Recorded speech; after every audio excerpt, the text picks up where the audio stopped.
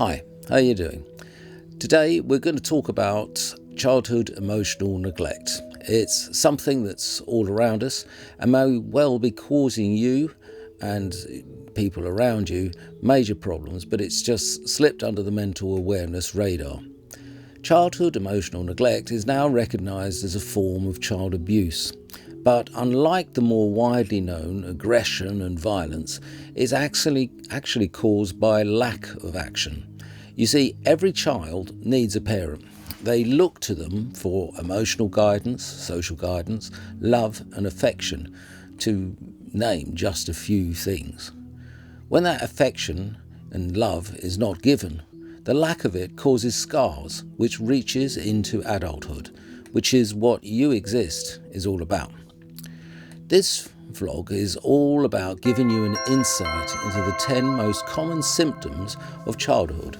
Most people just think they're just characteristics of their personality and put it down to stress and pressure and just put up with all the anxiety it causes. Parents probably didn't even realise they were doing it. Perhaps they too were always working hard, were stressed, perhaps they were shy and felt you just wanted to be left alone. Perhaps they didn't get it that if you were crying you needed a hug. Whatever, they made you believe that you didn't exist. And because you didn't exist, you had to create your own world. Probably not a bad effort, but after all you were just a child, trying desperately to tread water alone. On the site is a self-test questionnaire, and here are the 10 deadly symptoms of childhood emotional neglect. Symptom number 1. Analysing. You probably think this is one of your star qualities, along with worrying about what's going to happen to the nth degree. Work out all the moves on the chess game of life, and then you're going to be all right. Otherwise, the unexpected is going to happen and you will fall over a cliff. Anxiety. All it really is that you never felt the security of someone to back you up. That luxury that if you cock everything up, everything's going to be okay, because someone's there behind you looking out for you. Your parents weren't there to give you confidence. Symptom number 2. People pleasing. Whatever people ask you for, you do more. You offer. Maybe even after you do, you feel angry at yourself that your whole weekend is now given up to other people that do not appreciate what you're doing for them. Could be you tell yourself that you're a caring person and you just can't help it. Simple fact behind all this is your parents never acknowledged your existence, so you went overboard to be helpful, to get that pat on the head that you never did get. Ties in with a feeling of lack of existence. Do you find that when you go in a bar or try to get a waiter's attention in a restaurant, it takes ages to get served? You just feel that the staff just don't even notice you. You don't exist. Symptom number 3. Compulsive lying. Do you find you over-elaborate with things or even just totally make things up? It seems whatever really happened just wouldn't be interesting to anybody. So you make it bigger. Another symptom, your parents never listened to you. So you got into the habit of going OTT with everything you said just to try and get attention. Symptom number 4, not good in groups. People who suffer child neglect often have trouble integrating with others. There wasn't a family group, so they didn't really learn how to be in a group. It means that their behaviour will be a little bit off. It throws people, makes them feel uncomfortable. So, say at school, other kids didn't want to talk to them. And of course, that isn't helped by your own feeling that you're invisible. And maybe just a bit OTT with stories. Don't forget the overanalysis side too. It tends to snowball. People don't invite you to things, so you work out why and how they will, which is all a performance really, and chances aren't it doesn't make them feel comfortable with you. Symptom number 5, explosive emotions. Do you find yourself going right off the rails about things? People say things that seem to cut you to the quick, but you don't know why.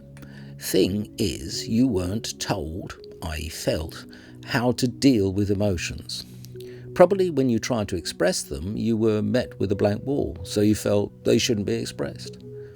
Hold them back, hold them back. Thing is, sooner or later, they're going to come up to the surface. Maybe with a work colleague or maybe with your partner, but they will come to the surface. And when they'll do, they'll be heavy. One of the most common things is not even knowing why you are upset when you are. It leads to shouting and screaming and often blaming everybody else, though you cannot work out but why.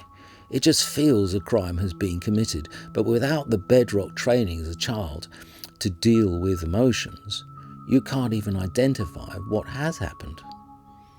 Symptom number 6, self-sufficiency. Goes without saying that anyone who is forced to live on their own will become more self-sufficient, even to the state of being proud of their self-sufficiency. Carried to a higher degree, this leads to a situation where they can't even accept help or any gifts, let alone asking for them. Thing is, when you were a child, when you asked for support or help, you never got it. Ironically, those that are suffering from child neglect are often the strongest, despite carrying the most pain. The phrase I use that it feels like you're carrying the weight of the world on your shoulders. Symptom number 7, lack of self-confidence. Although your world has been extensively thought out without guidance of your parents and your logic seems faultless, there is always the element of doubt. It's almost like you're playing a card game and you're aiming to get those poker eyes. So if you can imagine that somebody calls your bluff, it's not that you've tried to lie to people, but there's always the nagging doubt that maybe you haven't got it quite right, and perhaps they know. And so a slight comment hurts very deeply indeed, and you react accordingly. It's like constantly skating on thin ice. You're watching for flaws in your analysis, and their questions seem like attacks. This tends to go hand in hand with whenever you do mention things to your parents, they didn't back you up or support you or even acknowledge you. Symptom number 8, difficulty making decisions. When a child is alone in the world, it ends up having to make big decisions all the time. There's no such thing as a simple yes or no. Getting it wrong might have major consequences. Trouble is then, in adult life, any question, and I mean any question, is major. I mean, from even saying, do you fancy eating, let alone what do you fancy, means a major painful imagining and weighing up the pros and cons. Most people will say, yeah, why not, even if they haven't really worked it out. They're not imagining whether they're hungry or not and what they might like, or if they go through all the images of their past for food or anything. Their parents just told them what was on the plate tonight.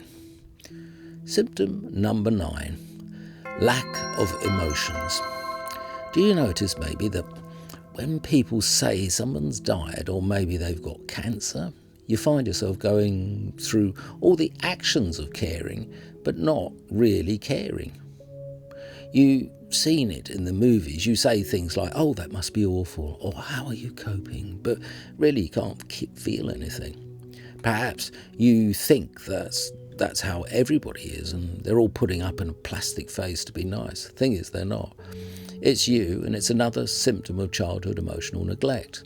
With this symptom, the emotions have been burned out of you, or rather you never really had anyone to show them to, or perhaps when you did show them, you were told off for showing them. Grow up.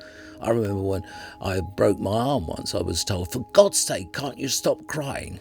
And that extends to things like love. Having never been shown love, how can you feel love? Lastly, symptom number 10, unusual tactile reactions. Probably one of the most powerful emotional interactions in life is sex, so it would be surprising if emotional neglect didn't play a factor. It swings one of two ways. As a child, you naturally wanted tactile input, hugs and kisses, expressions of love. If you never got any, you may feel almost anger at anyone trying to hold or kiss you. That's what you're being taught to through lack. Or you may swing the other way and crave it, wanting not just hugs but perhaps public displays of affections and seeing sex as the logical extension of tactility, which you never got as a child. Both responses are extremely logical, to one floating in the emotional, leaderless void I talked about earlier. So, there it is, my top 10. I'm going to be putting together hypnotherapeutic, big word, sessions for each of these, as well as more extensive notes on each symptom. The effect on me has been mind-blowing. If only I'd have known about this and how to get out of it 50 years ago. If mental awareness and you exist had been available then, my life would have been a whole lot easier. So let's put it right together. There's lots. In addition to the recordings, the blogs may help you with various aspects of your life and relationships. We're aiming to do webinars, one-to-ones, forums, giving you the chance to get out and touch with other people. Whatever, get in contact and let us know. We'd love to be a platform for your own emotions, feelings and experiences. So just get in touch. And of course, subscribe as well. Have a good one.